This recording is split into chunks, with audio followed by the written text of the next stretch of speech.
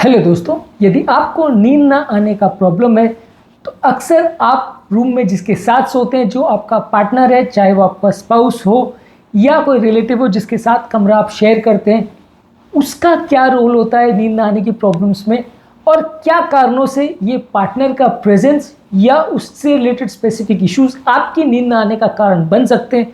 आज ये सारे एस्पेक्ट्स पर डिस्कस करेंगे ताकि आप इस इम्पॉर्टेंट एस्पेक्ट को भी ना भूल जाएं। अक्सर होता ये है कि हम अपनी हेल्थ पर और अपनी बीमारियों पर और अपनी आदतों पर तो वर्क करते हैं, लेकिन अपने पार्टनर को इग्नोर कर देते हैं, उससे रिलेटेड प्रॉब्लम्स को इग्नोर कर देते हैं और ये हमारी नींद की बड़ी प्रॉब्लम बन जाता है। आज हम बात करेंगे पार्टनर रिलेटेड क्या इश्यूज हो सकते हैं जिसकी वजह से किसी और व्यक्ति की नींद खराब हो जाए और कैसे हम इन्हें सॉर्ट आउट करेंगे। इसमें हर एक पॉइंट बहुत ज़्यादा इंपॉर्टेंट है और हर एक पॉइंट के साथ ही साथ हम उसकी स्पेसिफिक रेमेडी भी डिस्कस करेंगे और लास्ट में हम एक टेक होम मैसेज भी आपको देंगे। इसलिए टॉपिक को बीच बीच में ऐसे ही पूरा देखें ताकि आपको ज़्यादा समझने को आए। टॉपिक पर जाने से पहले जो लोग हमारे चैनल पर नए हैं उन्हें रिक्वेस्ट करूँगा कि चैनल को सब्सक्राइब करें ताकि इंपॉर्टेंट और साइंटिफिकली करेक्ट इन्फॉर्मेशन के लिए आपको भटकना नहीं पड़े और आप मिस इन्फॉर्मेशन का शिकार ना हो जाए।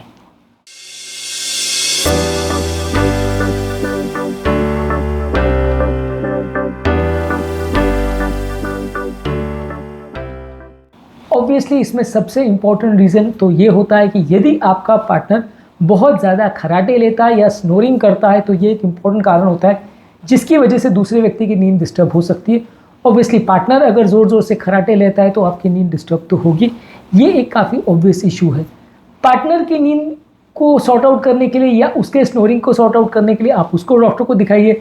स्लीप एपनिया और स्नोरिंग संबंधित बहुत सारे इंपॉर्टेंट ट्रीटमेंट्स होते हैं जिसको आप कर सकते हैं। नेज़ल स्ट्रिप्स आते हैं, नेज़ल पिलोज आते हैं, स्नोरिंग के हिसाब से स्लीप एपनिया पिलोज आते हैं। ये सारी चीज़ें से आप अपने पार्टनर को गिफ्ट कर सकते हैं या उनको दे सकते हैं, उनके लिए मंगवा सकते हैं, जिससे कि आपका नींद का प्रॉब्लम सॉर्ट आउट हो जाए और उनको कंपैरेटिवली स्नोरिंग की प्रॉब्लम मत मिले। स्नोरिंग की प्रॉब्लम बहुत छोटी समस्या नहीं है, स्लीप एपनिया से रिलेटेड हो सकती है जिसमें व्यक्ति की जान का भी खतरा हो सकता है, इसलिए इस माइनर प्रॉब्लम मान के इग्नोर ना करें। और यदि आपके पार्टनर को खर्राटे लेने की आदत है और बहुत ज़्यादा ज़ोर से बहुत ज़्यादा बार खर्राटे लेने की आदत है और खासकर अगर उसकी नींद भी बार बार खुलती है तो यह आपके लिए एक डिस्टर्बेंस का कारण बन सकता है। इसे सॉर्ट आउट करना ज़रूरी है। ये एक इम्पॉर्टेंट कारण होता है जिसकी वजह से एक व्यक्ति को आते हैं खर्राटे, जिसकी वजह से उसकी नींद खराब होती है और उसको आने वाले खर्राटों से दूसरे व्यक्ति की नींद खराब होती है। ये एक इम्पॉर्टेंट पार्टनर रिलेटेड इशू है। अगला इम्पॉर्टेंट इशू है रेस्टलेस लेग्स मूवमेंट या रेस्टलेस मूवमेंट्स जो कि आपका पार्टनर कई बार करता है।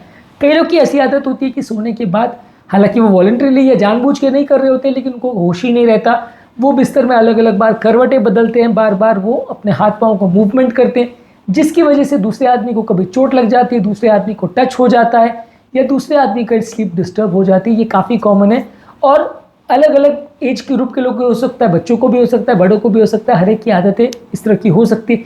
इसको मिनिमाइज़ करना थोड़ा सा मुश्किल है। ऑब्वियसली सामने वाले को जब होश ही नहीं है कि वो रेस्टलेस कब हो रहा है और किस कारण से हो रहा है तो आप उसको थोड़ा सा मैनेज करना मुश्किल है। आप कुछ ऐसा कर सकते हो कि उसके लिए एक सेपरेट ब्लैंकेट ले लीजिए, थोड़ा सा फर्म ब्लैंकेट ले लीजिए कि वो इतना लिम्ब मूवमेंट ना कर पाए।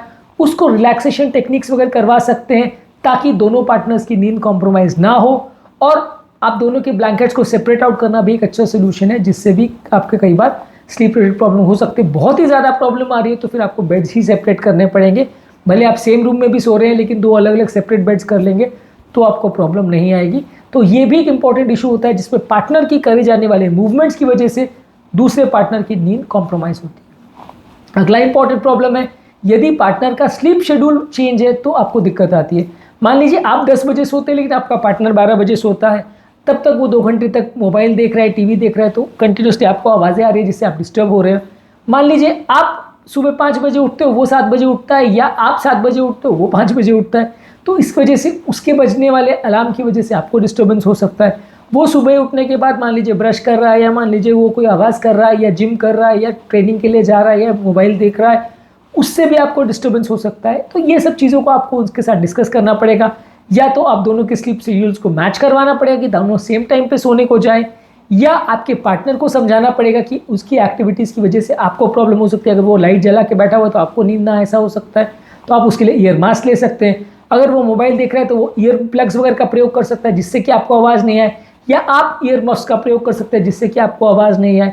अगर अलार्म्स वगैरह यूज़ कर रहे हैं तो इस तरह के अलार्म्स यूज़ करें कि आपको दूसरे की नींद को डिस्टर्ब ना करना पड़े, या मान लीजिए अलार्म्स का ही प्रयोग ना करें, कुछ और तरीका निकाल लें।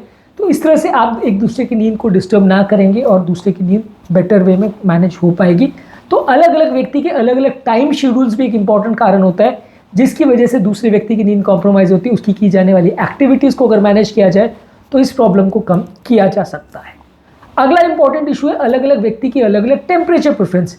अगर किसी व्यक्ति को बहुत गर्म में सोने की आदत है, दूसरे व्यक्ति को बहुत ठंडे में सोने की आदत है, अलग अलग व्यक्ति टेम्परेचर्स को बार बार चेंज करते हैं या अपने हिसाब से रूम के टेम्परेचर को चेंज करते हैं। कोई पंखा चालू करके सोता है, कोई बंद करके सोता है, कोई एसी चालू करके सोता है, कोई बंद करके सोता है, कोई एसी में अलग अलग टेम्परेचर प्रेफर करता है, कोई 22 डिग्री प्रेफर कर रहा है, दूसरा 25 डिग्री कर रहा है, तीसरा 18 डिग्री कर रहा है। तो इसकी वजह से दूसरे की नींद कॉम्प्रोमाइज़ हो सकती है। तो आपको इसमें भी डिस्कस करने की आवश्यकता है कि टेम्परेचर एक कॉमन एडजस्टमेंट कर लीजिए कि लगभग अगर उसको 25 डिग्री पसंद है, दूसरे को 18 डिग्री पसंद है, तो 22 डिग्रीज पे आप एडजस्टमेंट कर लीजिए, कॉम्प्रोमाइज़ कर लीजिए कि लगभग इतना अच्छा है। या दोनों व्यक्ति अलग अलग तरह के ब्लैंकेट्स ले सकते हैं कि आपने ज़्यादा मोटा ब्लैंकेट ले लिया, दूसरे आदमी ने ज़्यादा पतला ले लिया, या वाइसी वर्सा। जिसको ज़्यादा गर्मी या ठंड लगती है उसके हिसाब से आप अपने टेम्परेचर को एडजस्ट कर सकते हैं। या अगर कमरे में डुअल जोन की फैसिलिटी हो कि अलग अलग जोन्स में अलग अलग टेम्परेचर्स आएँ, वैसा कुछ अगर उस प्रॉब्लम हो तो सॉर्ट आउट वैसे भी किया जा सकता है। कारों में तो आजकल डुअल जोन एसी आने लगे हैं, घरों में एसी इतने डुअल जोन नहीं आते हैं, पर अगर इस तरह की कोई फैसिलिटी हो तो इससे भी फ़ायदा मिल सकता है। इसके अलावा अलग अलग व्यक्ति की अलग अलग बेड टाइम हैबिट्स होती हैं। जब दोनों व्यक्ति साथ में नहीं सोते हैं तो एक व्यक्ति मान लीजिए उसको सोने से पहले खाने की आदत है तो डिस्टर्ब कर सकता है, सोने से पहले टीवी देखने की आदत है तो डिस्टर्ब हो सकता है, सोने से पहले नहाने की या एक्सरसाइज करने की या कुछ और मोबाइल देखने की अगर आदत है तो वो दूसरे के लिए स्लीप फ्रेंडली एनवायरनमेंट नहीं क्रिएट करता है, दूसरे के लिए प्रॉब्लम्स क्रिएट करता है, दूसरे को नींद ना आने का प्रॉब्लम उससे हो सकता है।